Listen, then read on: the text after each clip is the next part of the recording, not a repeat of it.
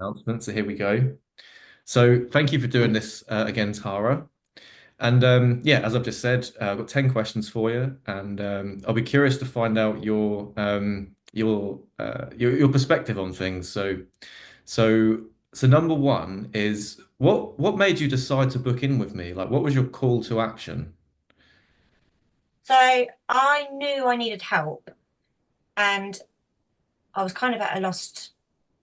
It was kind of like a never-ending battle, and I was like, I need help.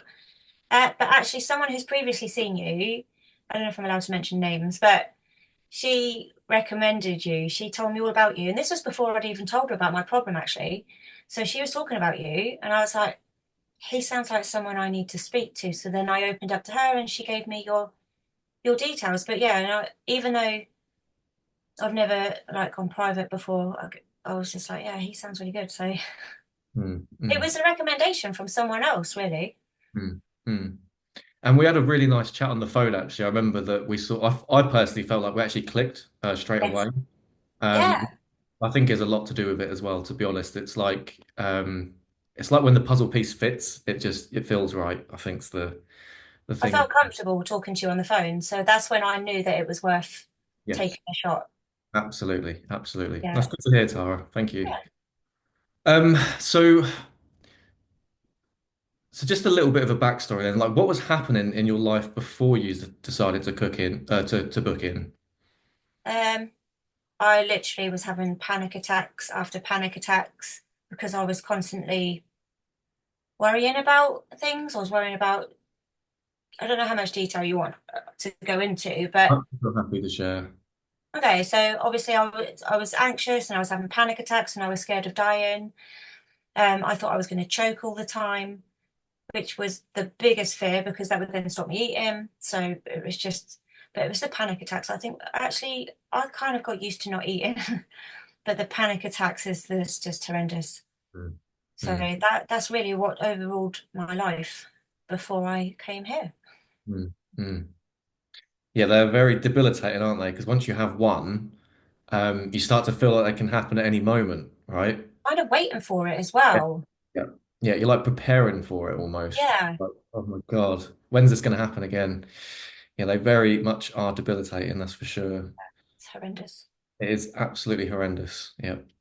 So, all right, so moving on then. So here I've just put explain your problem in detail. So in brackets, how did it feel? What was it like to have the problem? How was your life for you? How was your life for you having this problem, and how long have you had it for? So I had it for probably about 2.5, coming on 3 years. I'd have had anxiety and panic before, but this is probably the worst it's ever been. Mhm. Um, I can't remember all of the question. What was it like? How was your life having this problem? Um, Yeah. um, it rules your life. I was too scared to do anything because what if I have a panic attack? I was too scared to go to restaurants. So what if there's nothing on there that was like soft food, maybe like a baked potato or even soup? What if there's nothing on the menu that I can eat? Because if I eat something solid, it's then going to trigger a panic attack. So literally, the thought of having a panic attack even literally controlled my life. So life was pretty rubbish. I'd go to work and I'd come home and I'd never really go out because I was too scared. Hmm. So Hmm. yeah, it was pretty awful. Just out of curiosity, how was life like at work? Because you have at times I would imagine quite a demanding job. Yeah, but I guess that kind of helped because I'm constantly having to do something and I'm constantly thinking about what I've got to do, as well as making sure everything's done properly.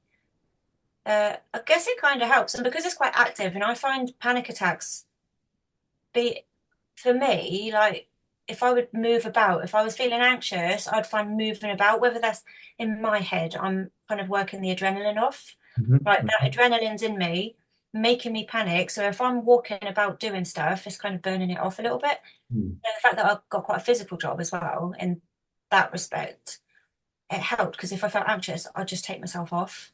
mhm. Okay. So So it wasn't yeah, actually too bad at work then. It was more at home. no, Definitely at home, yeah. Sometimes if I try to eat something, even just a biscuit, because I thought, biscuits kind of dissolve, melt, don't they? And I felt it. Maybe I hadn't crunched it properly or whatever.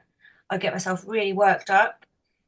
But again, because I was constantly having to think about something, or because I am constantly having, it kind of takes your mind off of it. Mm. So yeah, Mm. work isn't actually a problem. It's coming home from work that is the problem. Mm. Interesting. Yeah, Yeah, and that's the time you really don't want to be having it. I mean, at work's bad enough, but home's like your safe space, right? yeah. But it's not when you're feeling constantly on edge. Yeah. Absolutely, absolutely.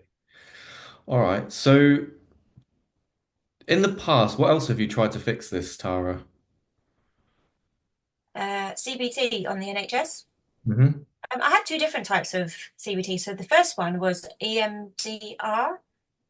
Yep, eye therapy, eye Yeah, movement where therapy. he kind of moved his finger across. Um, that I'm sure it works for a lot of people, but to me, all I could focus on was the fact that this man was waving his finger in front of my face, and it was like I couldn't really focus on that, so that didn't really help. And I had talking therapy with a therapist. Hmm. She was lovely, and I'm sure she's very good. And we actually had a good laugh in my appointments with her. But she was, she helped me actually love myself. I'll give her that because I would beat myself up a lot for having this issue.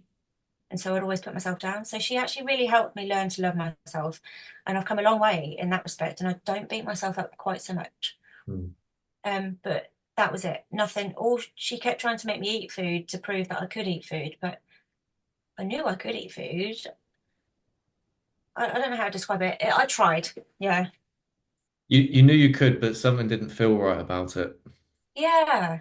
That was the thing. She wanted me, she kept trying to induce a panic attack, which naturally I want to avoid, so that she could prove to me that this panic attack isn't going to kill me. Hmm. And, but again, like most people with panic, they know it's not going to kill them. But in that moment of time, you feel like you're going to die.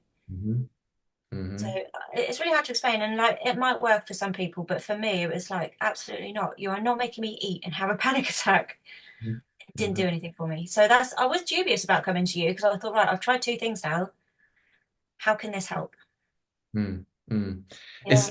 It's curious when I hear about other therapies and their approaches because for me it's more of a case of like she was trying to prove to you that the panic attack wasn't going to kill you, but you survived every panic attack, so you already knew that.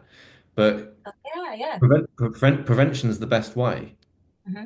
Like if you get into a horrible situation, you always look at hindsight and how you can prevent it. And we use a similar technique in hypnotherapy, but by prevention is the best measure, right? It's like if it doesn't happen, then you haven't got to worry about it anymore. So Yeah. it's interesting hearing different styles, that's for sure. But I was just curious about your thoughts on like hypnosis and coaching before we'd started working together. Even on the phone call, I felt like I, I don't know, I felt like excited. Hmm. I felt like you had I think I said something on that phone call that I'd forgotten about as well. And I was like, oh wow, how did you just do that? And that's what I was like, oh, this is really good. Like so I don't really know much about what you was going to do, but it helped. So Okay. Okay. That's good to hear. Um, okay, so this could be a big one. We'll see. So, how would you describe the entire experience with me in as much or as little detail as you'd like? that's a risky question. How would I describe it? Really, really good. Mhm. Really good. I don't know what you did. I don't know how you did it. Because if someone said to me, what did you talk about or what did he say? I can't tell you. Like, I've got the worst memory, which you might have already gathered, but somehow it's kind of like you've unlocked a part of me that I don't know. I'm rubbish at describing things as well, by the way. Fine, that's fine. I would describe it. It was really, really good, really helpful. It was the best thing I ever did, and it was the best money I ever spent. And I would do it all over again if I ever needed to. I find you easy to talk to and very comfortable. And I like that. I think you've stopped me before when I'm talking, and you've been like, "Yeah, I don't want to talk about that." And I like that because it's almost like you stop me in my tracks because sometimes I can go off track. Mhm. But you have done Mhm. that before, and I really like that. I Mm. prefer people to just be upfront. So, but you make me Yeah. feel comfortable and relaxed. That's good to hear. That's good to hear. I mean, I've Mm. felt the same way, and I think when you, I mean, you're not the only one, but when people go down that way, it's like, you paid that all that money for me to help you. It's like, hang on, we don't need to go there. It's like, let's just focus on this. This is what we Yeah, need. And I'd like to think that people appreciate it, and it's just straight to the point because, the way I see it is if you've got a problem with your tooth and you go to two dentists and they're like, oh, we can sort this out in 20 minutes, and then you go to another one, they're like, we can sort this out. It'll be cheaper, but it's going to take 8 hours. It's going to be really painful. I think most people are going to pick the first one, right? 20 minutes done, you know? So I like to just get things done as quickly as possible. So, cool. All right. Thank you. So this is a curious one, and I'm curious to touch base with you as well, because technically, we have actually got one session left. So we're still in the process, if you like. okay, Um, but what is life like for you now after working together? better, so much better. I wouldn't say, I don't want to say the word cured. Um, I still have ups and downs, but I have not, touch wood, had a panic attack, whereas I was having them quite frequently. I'm definitely eating more foods. I'm a lot more adventurous. So I feel like I've got more confidence. That's probably a better way of saying it. I've got more confidence in myself. Hmm. Um, I don't feel so anxious, which makes me more confident enough to try different things. Hmm. And I don't know, I felt myself getting a little bit anxious yesterday, but I then kind of like went into a zone that reminded me, actually, you're just thinking that you're having a panic attack, but you're not. So, but that goes back to what we spoke about last week. And yeah, I don't know. It's been so much better, so much more comfortable, so much more relaxed, so much less anxious. And I just feel more confident. Yeah. I've got my power. Yes, you do. You absolutely Yeah. do. I love hearing all this, Tara, because it's like I mean, I've described it like this many times and I'll do it again, but it's like once you know that that door is there in your home, you've always got access to it. And to me, it sounds like before, if we hadn't have opened that door, you'd have gone straight back round the old route. But because Yeah. you have these new possibilities and these new choices to pick from, you were just like, I don't want to go down there. Let's go down this way instead. And yeah, those tools are powerful. So I'm really glad that they help you out. They help me out as well. So it's, I'm You've helped thrilled. me more than previous people ever and have ever done, and you've given me more tools. And I can't thank you. No words or anything could thank you for that. Oh, bless you. You're going to get a big head now. No, I love it, Tara. It's like to hear you say that means so much to me. That's why I got into this work. So yeah, it's just smiles all around, I think. Yeah, you should be proud of yourself. Like you've helped me, and you've probably helped a lot more people, and that's something to be really proud of. Absolutely. Thank you. No, I am proud of myself, to be fair. I'll give myself a little pat on the back every now and then. I'm still going. Good. All right. Okay. So this is a curious one. So what would you say to people who are putting off fixing their problems and frustrations in life? Um, don't put it off. Don't, because it'll get worse. And I Mm-hmm. think that's if you think you can't get any worse, it probably will. But don't put it off because you don't have to live in fear. You don't have to suffer. Nobody has to suffer. There is a way out. There is. It's not a big black hole that you think you're in. Hmm. Hmm. Yeah. And then I'll give them your number. Sounds good to me, Tara. No, it is true. It's like oh, I don't know how to describe this one, but the more time goes on when you have a problem like that, generally it does get worse. It's like more fuel Yeah. to the fire. Every thought that you have, every negative thought, it just adds to it. I'm not saying it's impossible to come out of it on your own because it isn't, but more often than not, 9 times out of 10, that will get worse, or it will be something that comes back and goes away and comes back and goes away. But it's curious because what the style of therapy that I do, as you said, it is like you're remembering stuff that you'd forgotten. Yeah. What we're actually doing is drawing stuff up from the unconscious part of your brain into the conscious. And once you unlock that key, if you like, you have that information to go forward in the future. It's like, oh yeah, that happened and that explains this. And then da da da da da da, and it go down this massive chain of events in like a Yeah, microsecond. And then that's you're just like, fuck, that's what was going on. And it just changes things. It's like the knowledge is power. That's what I'm looking for. Knowledge is power. yeah, it is. Yeah, Mhm. And the more self-knowledge you have, the more self-power you have as well. So that's the aim of the game. And it's funny actually for me because it's like when you say that you can't remember what we were talking about, that's yeah, so strange. But it's gone in, right? Like you know it, but you don't know what really was going on. yeah. I can't tell people what you actually said to me. I don't think many people can. It's powerful stuff. Yeah, I can remember little things, and they're tools that have helped me with my issues. But there's a lot of it. No, I mean, in however many phone or Zoom calls we've had, Mm. I can't tell you what we've spoke about. We just have very strange conversations, don't Yeah, a we? little bit. We do. That's my favorite part, though. I must be honest. Okay, so what was the most important thing for you in achieving success with your sessions with me? As in, what was my goal? Or It says most important thing, but yeah, goals. of having a life Hmm. is really the most important thing was having a life, yeah, and not being scared. Because it's all good and well wanting to eat nice food and go out and have a social life and not have a panic attack. But actually, I don't want to sit around panicking about panicking.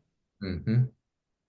So the most important thing really was how to kind of get out of that mindset, really, because I'm constantly thinking, oh my God, I'm gonna have a panic attack. So that's probably what the most important thing was, learning how to kind of overcome that. Hmm. Because if I could overcome the panic, then I'm more likely to help myself overcome the food issue. So, and Hmm. I'm not scared of dying anymore, Hmm. which is so weird. I'm That's a, 39 years old, like what? hmm. But It's yeah, nice to not have that, right? yeah, Yeah. very strange though. Like it feels weird because I've always been scared, but actually, it's a good feeling. Hmm. Yeah, Hmm. Absolutely, absolutely. So, would you like, yeah, because you came to me with like you said that you felt like you had this thing stuck in your throat. yeah, If I remember rightly, I think you'd said that's been there for like 5 years, a long time. long time, and that had prevented you from eating like most foods. Any hot food was out of the question. No hot food, no solid food, unless it was something a bit like a quaver or some chocolate, something that would melt in my mouth. So it was almost like having a drink. Hmm. Hmm. Yeah.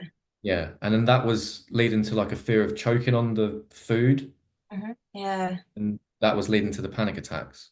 Yeah. We actually had a long chain of events there. Yeah. It was quite long, wasn't it? Oh, absolutely. So what, I mean, just out of curiosity then, Tara, so what have you learned that's different now? I know that you say you struggle to like know, but like there must be something, right? Yeah. So, firstly, this isn't, I'm trying to picture using, think of an object. It's not a slippery, it's not like, oh my God, things aren't going to get stuck there, are they? Because I can't think of anything. It's not going to get stuck there. I know we did use an example, but I can't remember what we used. It's not going to get stuck there. First and foremost, I drink. So Mhm. clearly it's not blocked on drinking. And because that was never an issue, weirdly. And you actually that taught me how to breathe not through my into my stomach. Like, and I still use that. And that is the probably one of the biggest things I remember actually, because I never used to be able to practice like mindfulness because they ask you to do deep breathing, and then as soon as they say that, I'm like, I forget how to breathe. I can't do it. But actually, I can actually do that now because I feel my stomach inflate, and it's like, oh, it's just yeah, All that space, right? all that space. He taught me that Yeah. actually that my brain isn't always telling me the truth because my heart is in control because that's the first thing that was ever made, Mhm. not my brain. And hmm that actually stuck with me because that was quite important. Mm. I did Google that as well. Not that I Yeah. didn't trust you, but I did Google that. And Yeah. it's true. It actually is Yeah. true. Your heart is made before your brain. So you are your heart. You're not your brain. Mm. So don't Yeah. listen to it. That's I remember you getting caught up because you thought you were your brain, I think was Yeah, the thing. But it was like, well, how can you be that if that wasn't the first thing? And you sort of had this light bulb moment, and it that was was like you brilliant. sort of took your power back from the I call it the monkey brain because that's what it is. It's like the Okay. cat that just keeps doing this all day. Yeah. So you But knowing took your that power. you're your heart, yeah, 100%, that gives you your power back. It's like, stop it with the negativity. You're not in control. I'm in control. There you go. Yeah, there you Yeah. go. That was good. That felt very good for me, and I could see and feel that it was very good for you. So that was a brilliant moment. Um, so yeah, they're all the questions that I've got, Tara. So I can't think of anything else. Um, what else have you got anything else you'd like to leave with before we finish up for today, or? Just that, honestly, thank you. Hmm. Obviously, like I say, I still have ups and downs. And last night when I thought, oh my God, what's that in my throat? I took a deep breath and I felt my stomach. And that's when I was like, obviously, I can breathe because I can feel it. And just thank you. Because without those tools, I wouldn't be that much better. Well, you hit me in the feels there, Tara, a little bit. Ah! That's no, it's honestly, yeah, it's been a pleasure. And you have that now, and the more you practice it, it will just become second nature. There will be a few ups and downs, but you'll still be processing for X amount of time. I have no idea how long it takes. It's different for everyone, but you have that option now, Yeah. and that's And I where think it the becomes more I practice as well, and the more I do, the less frequent it will be. And it's been so much less frequent anyway, which is just amazing. So yeah, I just want to thank you. Like I cannot thank you enough. You've been amazing. Hmm. Hmm. Well, thank you for saying thank you. It's been an absolute pleasure. And it's so refreshing to work with people like you as well, Tara, because some people come to me with this attitude of like, well, you're the therapist, fix me. But you never had that. You were like, I'm so done with this. I want this gone. And I was like, oh, I need this person. I think we both had the same thought. We both needed each other. Um, so it was just one of those things. It was time. It was time for us to do what we've done. So Yeah, and you've been keep up. amazing.